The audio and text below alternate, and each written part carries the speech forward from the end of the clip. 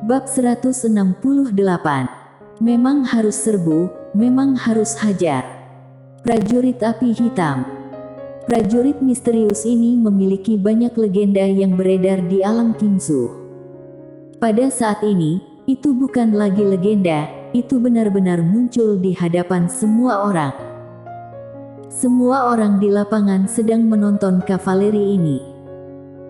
Mileye juga melihat kavaleri ini, dan dia harus mengatakan, kavaleri ini benar-benar kuat, lebih kuat dari prajurit Tao Akademi Changmu yang dia temui sebelumnya. Kavaleri ini penuh dengan aura membunuh. Tak terbendung. Itulah yang mereka rasakan. Kuat. Benar-benar kuat.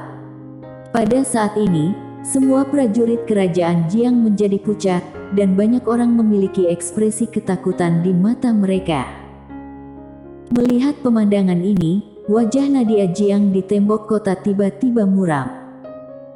Bagi pasukan angkatan darat, apa yang paling penting? Tentu saja, ini adalah semangat dan momentum militer. Jika belum dimulai, ia akan kehilangan momentumnya.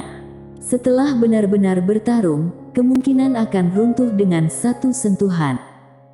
Pada saat ini, Mileye di bawah tiba-tiba menyerang kelompok prajurit api hitam. Pada saat ini, Mileye menarik perhatian semua orang. Apa yang dia lakukan? Inilah yang dipikirkan semua orang di lapangan saat ini. Nadia Jiang mengepalkan tinjunya erat-erat, dia menatap Mileye, pikirannya kosong. Dengan cara ini, di mata banyak orang, kecepatan Mileye semakin cepat, dan di tangan kanannya, dia memegang pedang keindahan spiritual. Jiwa pertarungan. Mileye memancarkan jiwa pertarungan yang dahsyat. Perang. Ide Mileye sangat sederhana, yaitu bertarung. Sanggup mengalahkan, tidak bisa mengalahkannya. Dia tidak terlalu banyak berpikir. Menjadi muda berarti bersemangat, terburu-buru, dan suka berkelahi.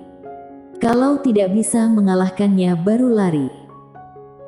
Kecepatan Mileye semakin cepat, dan pertarungan jiwa di tubuhnya juga semakin kuat saat ini, dan pasukan api hitam di seberangnya tidak berhenti. Tidak hanya tidak berhenti, tetapi kecepatan mereka menjadi lebih cepat. 1 lawan 100. Tampaknya tidak mungkin, tetapi itu terjadi sekarang. Semua orang melihat Mileye yang bergegas menuju prajurit api hitam. Di bawah perhatian semua orang, kedua belah pihak semakin dekat. 10 kaki, 5 kaki, 1 kaki. Mileye tiba-tiba melompat, dan saat berikutnya, dia menebas ke arah kavaleri api hitam. Jurus satu pedang menentukan hidup dan mati. Dengan pedang ini ditebas, suara dengungan pedang terdengar. Kavaleri api hitam itu menusuk dengan tombak. Tusukan ini, tanpa gerakan mewah, sangat sederhana. Tombak dan pedang bersentuhan. Bang! Di bawah mereka berdua, tanah tiba-tiba bergetar, dan tombak panjang di tangan kavaleri api hitam hancur seketika. Pedang Mileye menebas lurus ke bawah, dan pedang itu berdiri tepat di kepala kavaleri. Bang! Kavaleri terkejut dan terbang dalam sekejap. Penerbangan ini, terbang beberapa puluh kaki, dan akhirnya jatuh dengan keras ke tanah. Setelah mendarat di tanah, dia hanya berdiri, tetapi dia langsung jatuh dalam sekejap, dan segera, darah mengalir keluar dari bawah topengnya. Di bawah baju besi, seluruh tubuh prajurit kavaleri ini telah retak. Namun, helm itu tidak rusak, hanya ada bekas pedang yang dalam di atasnya. Setelah Mileye menghancurkan kavaleri dengan pedangnya, dia tidak memilih untuk bertarung lagi, tetapi setelah mendarat, dia mengetuk jari kakinya dan melayang mundur. Di lapangan, setelah terdiam beberapa saat, raungan tiba-tiba meletus dari kota Kaeyang. Sarjana Nasional Ye. Sarjana Nasional Ye. Orang yang tak terhitung jumlahnya meraung serempak. Pada saat ini, moral para prajurit kerajaan Jiang yang sebelumnya jatuh ke titik terendah, meroket dan melesat langsung ke langit. Nadia Jiang melirik Mileye, matanya yang indah penuh dengan kecemerlangan. Sebelum ini, jika tidak ada yang berdiri, kerajaan Jiang sudah bisa dikatakan dikalahkan tanpa perlawanan, karena moral prajurit kerajaan Jiang benar-benar hilang sebelum mereka bertarung. Dalam hal ini, bagaimana cara bertarung? Untungnya, Mileye maju. Mileye menggunakan kekuatannya untuk memberitahu semua prajurit kerajaan Jiang bahwa prajurit api hitam tidak sekuat itu. Di tembok kota, tak terhitung banyaknya, jiwa pertarungan prajurit kerajaan Jiang melonjak dengan kegirangan di mata mereka. Tapi wajah Mileye serius, karena pada saat ini, dia sudah tahu kekuatan prajurit api hitam ini. Pedang barusan, jika bukan karena jurus satu pedang menentukan hidup dan mati, dia mungkin tidak akan bisa membunuh lawannya. Kekuatan orang-orang ini adalah yang kedua, dan yang paling penting adalah peralatan mereka. Peralatan mereka sangat bagus. Helm prajurit-prajurit api hitam itu benar-benar menangkis pedangnya. Ketahuilah bahwa pedangnya pedang asli. Dia membunuhnya dengan sangat keras. Jika tim kavaleri api hitam ini diizinkan memasuki kota Kaiyang, bagaimana prajurit kerajaan Jiang di kota Kaiyang ini akan sanggup melawan? Tidak bisa menghentikannya sama sekali. Tangan kanan Mileye perlahan mengepal pedang keindahan spiritual di tangannya. Bahkan jika dia harus membuka kartunya, dia tidak bisa membiarkan prajurit kerajaan Jiang menghadapi kavaleri api hitam. Pada saat ini, tidak jauh dari kota, Munadili tiba-tiba berkata, "Mileye, hari ini adalah hari kematianmu." Suara itu terdengar, dan dia berbalik untuk melihat kavaleri negara Chu. Ketika kota itu rusak, setelah kamu memasuki kota, kalian bertiga dapat melakukan apapun yang diinginkan. Melakukan apapun yang diinginkan. Mendengar kalimat ini, prajurit negara Chu yang tak terhitung jumlahnya tiba-tiba mendidih. Ini berarti bahwa mereka dapat melakukan apapun yang mereka inginkan setelah memasuki kota. Munadili tiba-tiba berbalik untuk melihat kota Kaiyang, Serang. Suara itu terdengar, dan prajurit pengepungan negara Chu yang tak terhitung jumlahnya bergegas menuju kota Kaiyang seperti air pasang. Pada saat yang sama, hampir 30 pria hantu berpakaian hitam tiba-tiba muncul di antara sekelompok prajurit. Prajurit Tao Dunia Kegelapan. Di tembok kota, Nadia Jiang maju selangkah, berjuang sampai mati. Bertarung sampai mati. Di tembok kota, prajurit yang tak terhitung jumlahnya meraung serempak. Mulai perang. Panah yang tak terhitung jumlahnya mengalir seperti badai, dan semakin banyak mayat di bawah kota. Namun, beberapa prajurit alam kehampaan negara Chu juga memanjat tembok kota.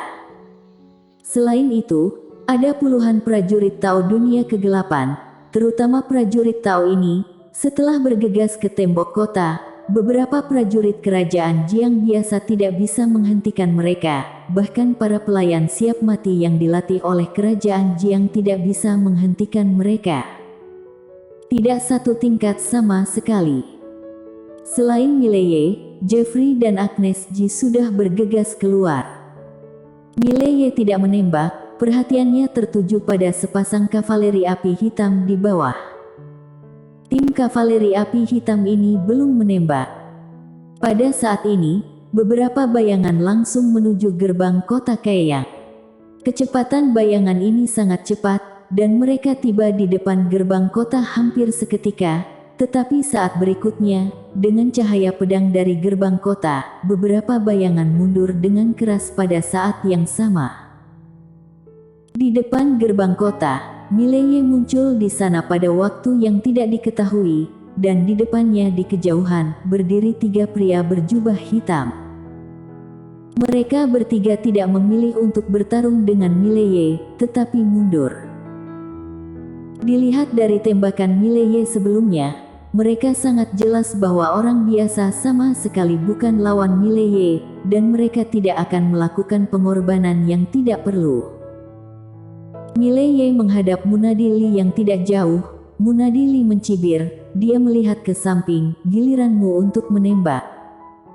Saat suara Munadili jatuh, seorang wanita tiba-tiba berjalan keluar dari kelompok prajurit. Wanita itu mengenakan gaun putih yang menyeret tanah dan dihiasi dengan 3 bunga prem berwarna merah darah. Di tangannya, dia memegang kecapi hijau zamrud. Penampilan wanita ini tidak terlalu memikat, tetapi dia sangat menarik dan termasuk dalam tipe yang terlihat lumayan cantik. Dia berjalan perlahan menuju Mileye di kejauhan. Dia melirik Mileye, dan ada sedikit kejutan di matanya yang indah. Selain Ladiaan, aku tidak pernah membayangkan bahwa ada seorang jenius seperti kamu di Qingzhou, yang benar-benar membuat orang-orang terkejut. Mileye berjalan perlahan ke arah wanita itu. Bagaimana dengan ini? Beri aku bantuan, kamu pergi, aku akan memberimu bantuan di masa depan, oke? Wanita itu menggelengkan kepalanya, dan dia berjalan perlahan menuju Mileye. Mereka menghabiskan 10 juta batu kualitas spiritual super untuk meminta aku menahan kamu. Jika aku dapat membunuh kamu, bayarannya adalah 50 juta. Aku ingin bertanya, bantuan kamu senilai 50 juta. Mileye mengangkat bahu, tidak bisa dibicarakan lagi. Suara itu terdengar, dia sudah menghilang di tempatnya. Sudut mulut wanita itu sedikit terangkat, dan jari gioknya dengan lembut memetik senar kecapi. Weng! Suara kecapi terdengar seperti ledakan yang menggelegar, dan ratusan prajurit yang dekat dengan wanita itu langsung berdarah dan jatuh ke tanah, dan Mileye sendiri segera mundur ke gerbang kota Kaeyang. Tepat saat dia berhenti, noda darah perlahan mengalir dari sudut mulutnya, dan pedang keindahan spiritual di tangannya juga bergetar hebat. Mileye menatap wanita itu tersenyum sedikit, seperti angin musim semi. Perkenalkan diriku, Sekte Suara Surga, Stevia Jiang. Di depan ribuan prajurit dan pedang, satu nada kecapi menghentikan pertarungan. Saat ini masuk di peringkat jenius super ke-11, tapi akan segera masuk 10 besar. Saat dia mengatakan itu, dia tersenyum ringan, dan saat berikutnya, jari gioknya dengan lembut memetik senar kecapi, dan dalam sekejap, suara senar berosilasi. Tidak bisa melihat akord ini. Namun, tanah di depannya mulai retak inci demi inci, sampai di depan Mileye.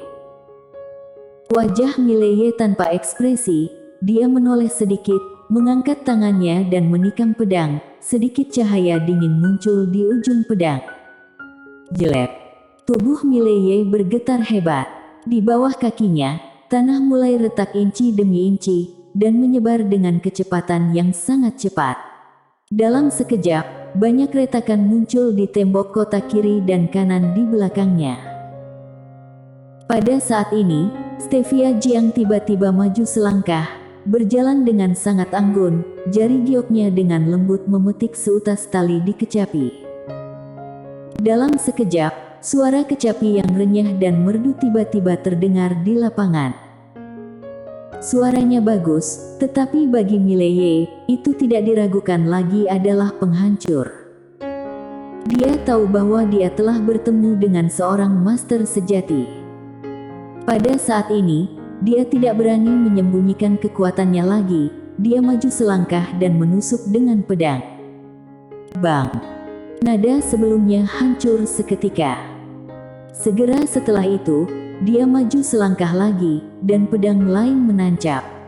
Momentum pedang itu seperti tsunami yang tak terbendung. Jelek. Pedang Mileye menusuk dan ada suara robek. Suara itu sangat tajam dan menusuk telinga, dan tangannya bergetar hebat pada saat ini, tetapi dia mematahkan nada kecapinya. Pada saat ini, Stevia Jiang, yang tidak jauh, tercengang. Tidak hanya dia, tetapi juga Munadili, yang jauh, tercengang pada saat ini. Master Pedang. Kepala Munadili kosong, dan matanya menatap kosong ke arah Mileye. Pedangnya barusan jelas sudah mencapai level Master Pedang. Apalagi jiwa pedang itu agak aneh. Master Pedang. Tangan kanan Munadili sedikit gemetar. Dia menatap Mileye, matanya penuh ketidakpercayaan. Kamu telah mencapai Master Pedang. Mileye mengangguk dan berkata dengan serius, aku sengaja menyembunyikannya, hanya untuk memberimu kejutan. Apakah itu kejutan? Apakah itu kejutan? Hehe. Ops. Munadili tiba-tiba menyemburkan seteguk darah. Bersambung.